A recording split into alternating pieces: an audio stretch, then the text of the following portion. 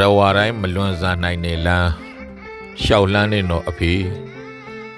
ဖခင်ယောဂရလို့ဆရာဝန်တွေတွားပြတော့ကင်းစားတဲ့နေရလှ8လလောက်ပဲခံတော့မယ်ဆိုပဲဒါနဲ့နောက်ဆုံးဆရာဝန်တွေပြရန်ကုန်မန္တလေးလှည့်လည်ပြပြီးတော့ရန်ကုန်မှာတွားပြီးတော့ခွဲစိတ်ကုတယ်နောက်ဆုံးတော့လည်းမရပါဘူး8လပဲခံမယ်ဆိုတဲ့ဟာ15လလောက်တော့နေလိုက်ရတယ်ပေါ့တနှစ်ကျော်15လတဲ့ရောက်တဲ့အခါမှာတော့ဘယ်သူမှမလွန်ဆန်နိုင်တဲ့လမ်းရှောက်လန်းရတော့တာပေါ့ဖခင်ဆုံးတဲ့ညမှာအတွေးအာယုံမှာဖခင်နဲ့စကားတွေပြောပြခဲ့တယ်ဒီဘဝမှာဇနီးမယားတွေသမီးသားတွေနဲ့နေရတာညီးခွေသွားလို့များဘဝတစ်ပါးရောက်နေနှင့်ကြပြီဖြစ်တဲ့အဖေနဲ့မိဘတွေစီအမစီညီစီလိုက်သွားတော့တာလားလို့ဥထုဇင်တို့ရဲ့ရင်နှွမ်းစကားလေးပြောမိတယ်အဖေသွားနေသလိုသားတို့သမီးတို့မြေးတို့လည်းရှေ့နောက်ပဲကြွာကြတာပါအားလုံးဟာဒီလမ်းကိုရှေ့စဉ်နောက်ဆင့်သွားနေကြရတာပဲမဟုတ်လားဘသူတွေများလွန်ဆန်နိုင်လို့လဲပေါ့ဒါဟာသဘာဝတရားပါဆန်းဆန်းပြပြကြီးမဟုတ်ပါဘူးအဖေလို့ရင်ထဲကပြောနေမိတယ်တကယ်တော့လေဒီလူဘဝကြီးမှာနေကြရတာကလည်းကြွားနေဖို့မဟုတ်သလိုသေးနေကြရတာကလည်းတနာနေဖို့မဟုတ်ပါဘူး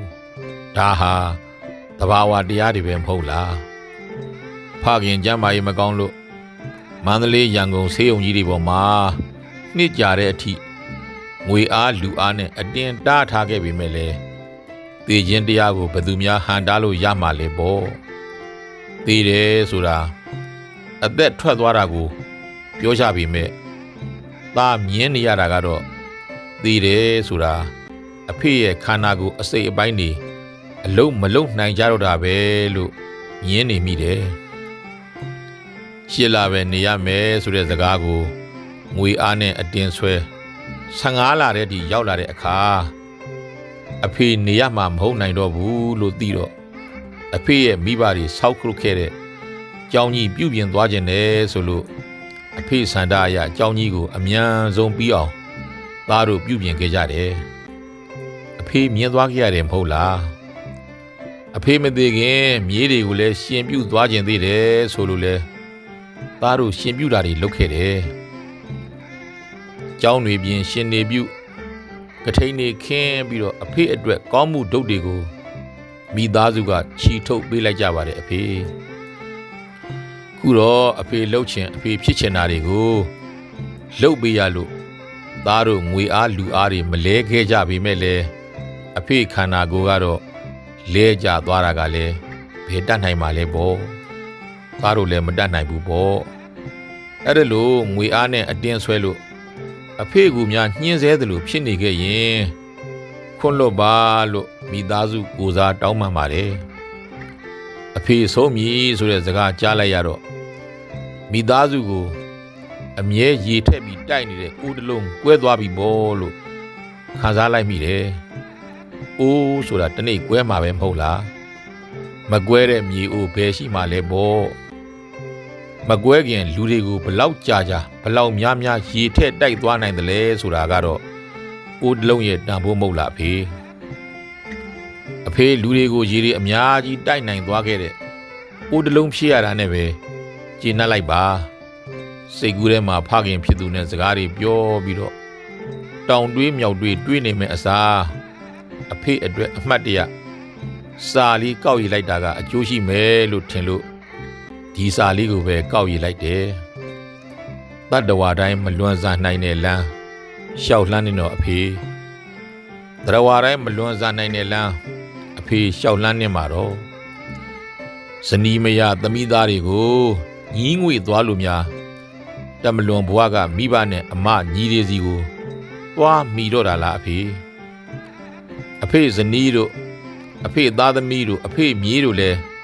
ရှေ့နဲ့နောက်ပဲကြွာကြမှာပါအဖေမလွန်ဆန်နိုင်တဲ့လမ်းဘယ်သူများဘွားခတ်တရံကစားလို့ရမှာလဲနေကြရတာကလည်းကြွားနေဖို့မဟုတ်ကြသလို သေးနေကြရတာကလည်းတနာနေဖို့မဟုတ်ပါဘူးပြဿနာအတော်များများကိုလူအားငွေအားနဲ့သားတို့ရှင်းသွားလို့ရပြီမဲ့သေခြင်းတရားကိုတော့အတင်းထားလို့မရတော့ဘူးအဖေအသက်ထွက်သွားတာကိုသိတယ်လို့ပြောကြပြီမဲ့ခန္ဓာကိုယ်အစိတ်အပိုင်းတွေအလုံးမလုံးနိုင်တော့တာကိုပဲသားမြင်အောင်နေမိပါတော့တယ်ရှစ်လပဲနေရမယ်ဆိုတဲ့စကားအင်းအားနဲ့အတင်းဆွဲ15လတည်းတော့ရောက်ခဲ့တယ်ပေါ့အဖေကျောင်းတွေပြင်ရှင်နေပြုတ်လို့အဖေအစုကုသိုလ်ဒုတ်တွေကိုလည်းမိသားစုကချီတုပ်ပေးလိုက်ပါတယ်အဖေမိသားစုကငွေမလဲကြပြီမဲ့အဖေကလူလဲသွားတာကတော့သားတို့လည်းဘယ်တတ်နိုင်မှာလဲပေါ့သေမင်းကိုငွေသွင်းပြီးတားထားတာကိုအဖေကူများညှင့်ထားသလိုဖြစ်ခဲ့ရင်ခွန့်လွတ်ပါရှင်သန်နေတဲ့ရုပ်ကလတ်ကိုဒါသားမြင်ချင်ပါတယ်အဖေမရှင်သန်တဲ့ရုပ်ကလတ်သားရဲ့အမြင်ထဲမှာစွဲကပ်မထားခြင်းလို့အဖေနာကိုသားမကတ်တော့ဘူးမိစားတွေနဲ့တောက်နေတဲ့မိတော့ခုတော့ငိမ့်သွားပြီပေါ့ငိမ့်သွားတဲ့အဲ့ဒီမိတော့ဘယ်ပြောက်သွားတာလဲငိမ့်သွားတဲ့အဲ့ဒီမိတော့ခုတော့ဘယ်ရောက်သွားတာလဲဘယ်ကလာမလားဘယ်မှာသိမသိဘယ်ဒီသွားမသွားသားတို့သိနိုင်တာမှမဟုတ်တာပဲနော်ဒါလေးကတော့ဖခင်ဆုံးတဲ့ညရဲ့အမှတ်တရစာရန်လေးကိုပြန်တွေ့မိလို့အမှတ်တရပြုလိုက်ခြင်းပါပဲအားလုံးကိုယ်စိတ်နှဖျားကျမ်းမာချမ်းသာကြပါစေ